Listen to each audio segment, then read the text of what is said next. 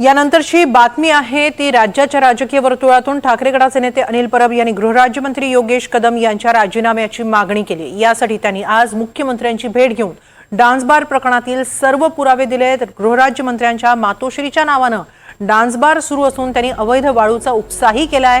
या संदर्भात जे आरोप केले होते त्याचे सगळे पुरावे मुख्यमंत्र्यांना दिल्याचं अनिल परब यांनी सांगितलं। दरम्यान हे सर्व पुरावे तपासून योग्य ती कारवाई केली जाईल असं आश्वासन मुख्यमंत्र्यांनी दिल्याचंही अनिल परबांनी सांगितलंय।